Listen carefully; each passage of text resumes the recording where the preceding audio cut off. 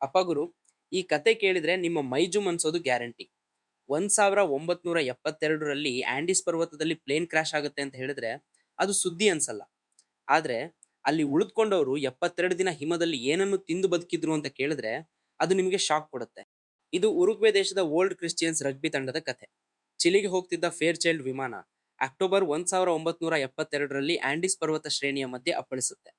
45 ಜನರಿದ್ದ ಆ ಪ್ಲೇನ್ನಲ್ಲಿ 16 ಜನವರಿ ಸ್ಥಳದಲ್ಲೇ ಸಾವನ್ನಪ್ಪಿಡ್ತಾರೆ. ಉಳಿದ 29 ಜನವರಿ ಹೆಪ್ಪುಗಟ್ಟಿದ ಚಳಿಯಲ್ಲಿ ಯಾವ ಆಶ್ರಯವೂ ಇಲ್ಲದೆ ಜೀವ ಹಿಡಿದುಕೊಂಡಿರ್ತಾರೆ. ಲಗೇಜ್ನಲ್ಲಿ ಸಿಕ್ಕಿದ್ದ ಸ್ವಲ್ಪ ತಿಂಡಿಯನ್ನು ತುಂಬಾ ಎಚ್ಚರಿಕೆಯಿಂದ ಹಂಚಿಕೊಂಡು ತಿಂತಾರೆ. ಪ್ರತಿದಿನವೂ ಒಂದು ಹೋರಾಟ. 10 ದಿನ ಕಳೆಯುತ್ತೆ. ಒಂದು ಚಿಕ್ಕ ರೇಡಿಯೋ ಸಿಗುತ್ತೆ. ಅದರಲ್ಲಿ ಬಂದ ಸುದ್ದಿ ಕೇಳಿದ್ರೆ ಅವ್ರ ಹೃದಯವೇ ಒಡೆದೋದಂತಾಗಿತ್ತು. ನಿಮ್ಮನ್ನು ಹುಡುಕುವ ಕಾರ್ಯ ಸ್ಥಗಿತಗೊಳಿಸಲಾಗಿದೆ. ಎಲ್ಲರೂ ಸತ್ತಿದ್ದಾರೆ ಎಂದು ಘೋಷಿಸಲಾಗಿದೆ. ಈ ಮಾತುಗಳು ಅವರನ್ನು ಇನ್ನಷ್ಟು ಕುಗ್ಗಿಸ್ಬಿಟ್ಟು. ಮತ್ತು ನೀವು ಜವಾರಿ ಆತ್ಮ ಅನ್ನು ಮೊದಲ ಬಾರಿ ನೋಡುತ್ತಿದ್ರೆ, ನಿಜ ಜೀವನದ ರೋಚಕ ಕಥೆಗಳು ನಿಮ್ಗೆ ಇಷ್ಟವಾದ್ರೆ ಈಗಲೇ ಸಬ್ಸ್ಕ್ರೈಬ್ ಮಾಡಿ. ಪ್ರತಿದಿನ ಒಂದು ಹೊಸ ವಿಡಿಯೋ. ಒಂದು ಕಡೆ ಹಸಿವು, ಇನ್ನೊಂದು ಕಡೆ ಕೊರೆಯುವ ಚಳಿ. ಅಷ್ಟೇ ಸಾಲದು ಅನ್ನೋ ಹಾಗೆ ಒಂದು ದೊಡ್ಡ ಹಿಮಪಾತ ಅವರ ಆಶ್ರಯದ ಮೇಲೆ ಅಪ್ಪಳಿಸುತ್ತೆ. ಅದರಿಂದ ಇನ್ನೂ 8 ಜನ ಪ್ರಾಣ ಕಳೆದುಕೊಳ್ತಾರೆ.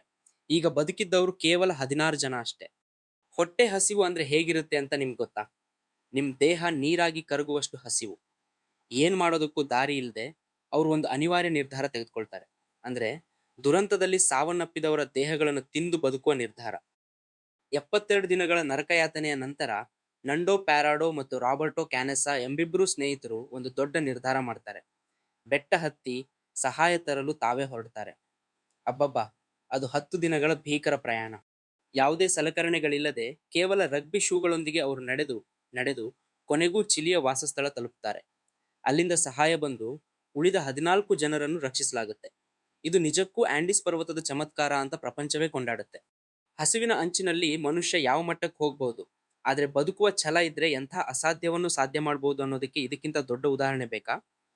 ಈ ಕತೆ ನಿಮ್ಮ ಫ್ರೆಂಡ್ಸ್ಗೂ ಕಳಿಸಿ, ಅವ್ರು ಶಾಕ್ ಆಗ್ಲಿ. ಮರೆಯದೆ ನಮ್ಮ ಜವಾರಿ ಆತ್ಮ ಚಾನೆಲ್ ಅನ್ನು ಸಬ್ಸ್ಕ್ರೈಬ್ ಮಾಡಿ.